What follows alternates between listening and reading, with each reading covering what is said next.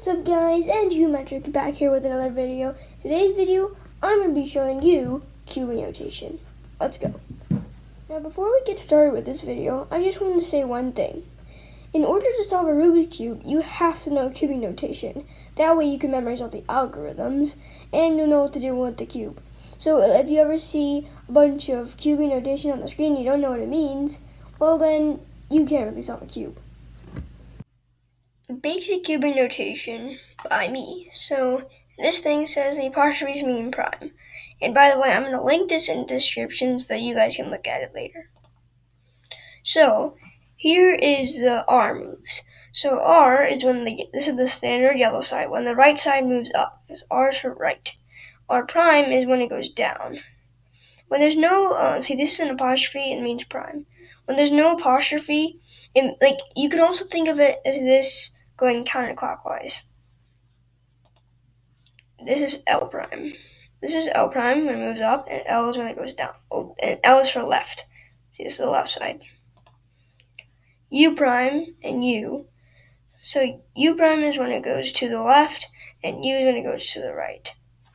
But the arrows are pointing left and right, but the actual side, the actual cube, it turns left here, and the actual cube, the layer turns right here. And up, U is for up. So this is the up layer, basically. This is D. So D is when the bottom layer moves to the left. D prime is when it moves to the right. And D stands for down, because this is the down layer. Alright, this is B prime. So B prime is when the back, B is for back, so when it moves to the right. When the back layer moves to the right, it's B prime. And then when it moves to the left, it's B. And this is F prime when it moves to the left. And then F is when it moves to the right. F is for front. The end. Okay guys, so those are the main types of moves. R, L, U, D, and B. And then there's F. So basically, there's other moves like RW. So what that means is it's short for R wide.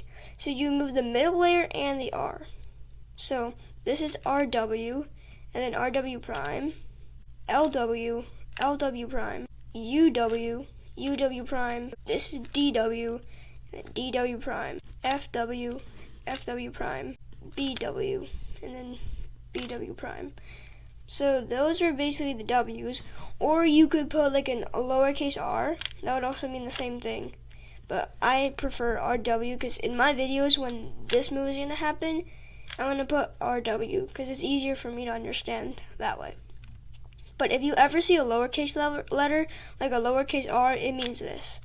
Or a lowercase r apostrophe, it means that. So that's basically the W's. So the last group of moves are the middle layer. So this layer, and then this layer. So this layer, the one that's on the front side, this is M. So M follows L.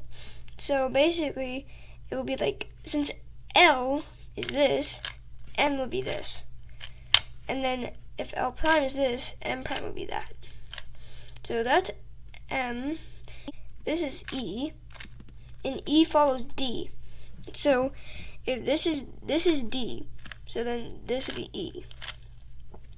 And then S is this one right here. And S follows F. So this is F, this would be S. M is middle, E is equator, and then S is standing side. So that's basically what the middle layers are. Now, the last form of cubing notation is probably the easiest, and it's when you add a 2 after every letter. So R2, it means that you have to move the side 2 times. So if it says R2, it would be 1, 2. And it doesn't matter which way you turn it because it's always going to be the same. So yeah, that's super easy. So M2, S2, E2, L2, F2, B2, D2, and U2. So that was the easiest form of cubing notation. And you can't have a U, let's say R3, 1, 2, 3, because that would be the same thing as this R prime. So that's basically the easiest form of cubing notation on a 3x3. Alright guys, that's the end of the video. I hope you enjoyed it. If you did, then make sure to drop a like down below. If you really want to see more of my content, then make sure to subscribe. Alright guys, I'm out. Bye.